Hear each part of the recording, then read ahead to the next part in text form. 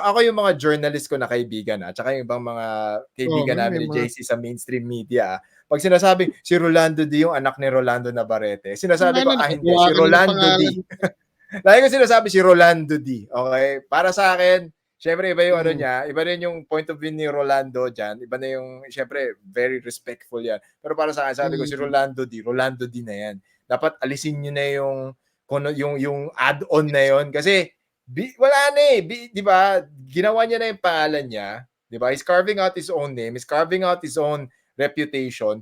Dapat, 'di ba? Rolando Navarrete did his own thing. Now Rolando D is doing his thing, 'di ba? It's good that you mention in your Yes. write-ups kasi ito yun pagka yung ibang mga ano kasi magtatanong, "Uy, kilala mo pala 'to si Rolando D." So pag nakita ko yung write-up, sasabihin ko, "Paki-edit out naman 'to." Sabi ko, "Edit niyo Mm. naman.